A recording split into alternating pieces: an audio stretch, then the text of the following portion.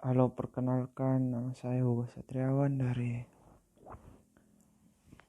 kelas 1C jurusan Administrasi Bisnis. Pada hari ini saya akan mereview buku mingguan yang ke-7. Pertama-tama kita akan berkenal dengan sang penulis yang bernama Henry L. Tischler. Dia lahir di Shanghai, Cina dan besar di Philadelphia. Ia menerima sarjana dari Temple University dan gelar master dan doktor dari Northwestern University. Dia mengajar studi postdoktoral di Universitas Harvard. Usaha pertamanya dalam menerbitkan buku teks terjadi ketika dia masih menjadi mahasiswa pasca sarjana di bidang sosiologi, ketika dia menulis edisi keempat dari Balapan dan Hubungan Etnis dengan Britton Berry. Tischler telah menjadi profesor di Framingham State College di Framingham selama lebih dari 3 dekade. Dia juga mengajar di Universitas Northwestern, Universitas Tufts, dan Universitas Negeri Montclair. Sekian, itu adalah tentang penulisnya. Dalam buku ini juga berbicara tentang sosiologi dan sains.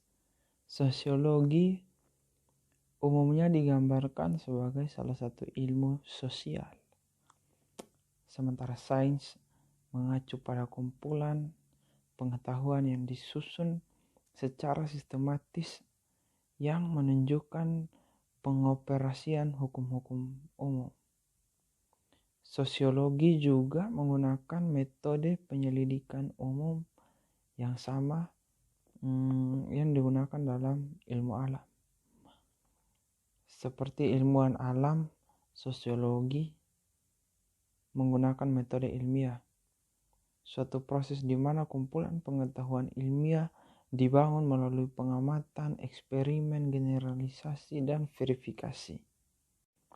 Selanjutnya dalam buku ini juga berbicara sosiologi sebagai ilmu sosial.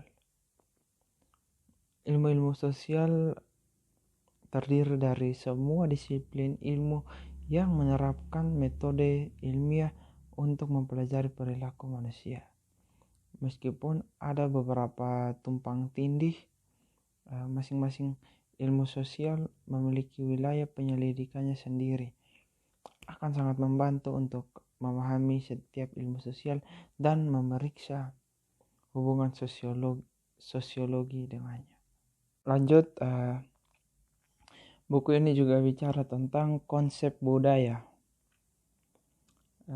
Kita akan mendefinisikan budaya sebagai semua yang dipelajari manusia untuk dilakukan, digunakan, diproduksi, diketahui, dan dipercaya ketika mereka tumbuh menjadi dewasa dan menjalani kehidupan mereka dalam kelompok sosial tempat mereka berasal. Budaya pada dasarnya adalah cetak biru untuk hidup dalam masyarakat tertentu. Ketika seorang sosiolog berbicara tentang budaya, mereka mengacu pada fenomena umum yang merupakan karakteristik dari semua kelompok manusia. Namun, ketika mereka merujuk pada suatu budaya, mereka menunjuk pada budaya tertentu dari kelompok tertentu. Dengan kata lain, semua kelompok manusia memiliki budaya, tetapi seringkali sangat bervariasi dari suatu kelompok ke kelompok lainnya. Selanjutnya, dalam buku ini juga berbicara tentang sekolah sekolah adalah lembaga yang dimaksudkan untuk mensosialisasikan anak-anak dalam keterampilan dan pengetahuan yang dipilih. Namun, dalam beberapa dekade terakhir, sekolah telah diberi tugas tambahan. Misalnya, di komunitas dan lingkungan miskin, program makan siang di sekolah merupakan sumber gizi seimbang yang penting bagi anak-anak.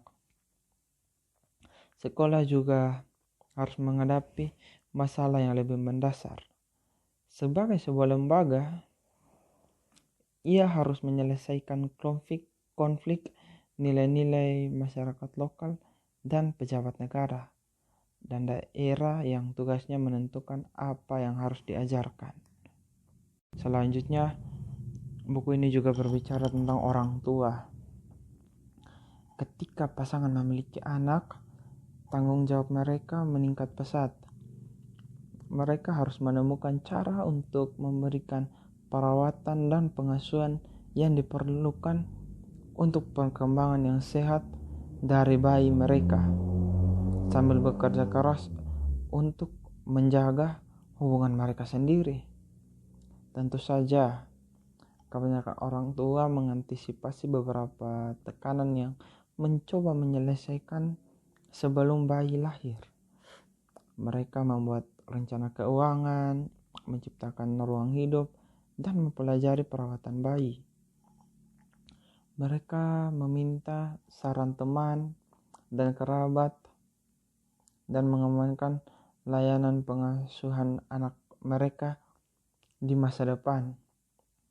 Namun, tidak semua tekanan menjadi orang tua begitu jelas. Salah satu yang sering diabaikan adalah kenyataan bahwa menjadi orang tua itu sendiri merupakan fase perkembangan baru. Lanjut, dalam buku ini juga berbicara tentang televisi, video, dan video game. Sekitar akhir tahun 1960-an, media massa televisi, radio, majalah film, surat kabar, dan internet telah menjadi agen sosialis yang penting di Amerika Serikat. Hampir tidak mungkin dalam masyarakat kita untuk melepaskan diri dari citra dan suara televisi atau radio. Di sebagian besar rumah, terutama yang memiliki anak-anak, media selalu terlihat atau terdengar, dengan pengecualian video game. Sebagian besar komunikasi media massa adalah satu arah, menciptakan audiens yang dikondisikan untuk menerima secara pasif berita, pesan, program, atau peristiwa apapun yang dibawakan kepada mereka. Saat ini, 98,2% dari semua rumah tangga di Amerika Serikat memiliki TV, dengan rata-rata 2,4 set per rumah. Sebuah studi menyimpulkan bahwa pada saat kebanyakan orang mencapai usia 18 tahun, mereka akan menghabiskan lebih banyak waktu untuk menonton televisi daripada melakukan hal-hal lain. Contohnya berbicara dengan orang tua, menghabiskan waktu bersama teman, atau akan pergi ke sekolah. Dalam penelitian tersebut, remaja yang menonton televisi lebih dari 1 jam sehari, apapun kontennya, kira-kira 4 kali lebih mungkin melakukan tindakan agresif terhadap orang lain di kemudian hari dibandingkan mereka yang menonton kurang dari 1 jam. Lanjut, buku ini juga berbicara tentang usia dalam menikah. Dalam masyarakat Amerika, orang umumnya menikah dalam rentang usia mereka sendiri atau menikah dengan sesama umur. Relatif sedikit pernikahan memiliki kesenjangan yang lebar antar usia kedua pasangan. Selain itu, hanya 23,2% wanita Amerika yang menikah dengan pria yang lebih muda dari dirinya.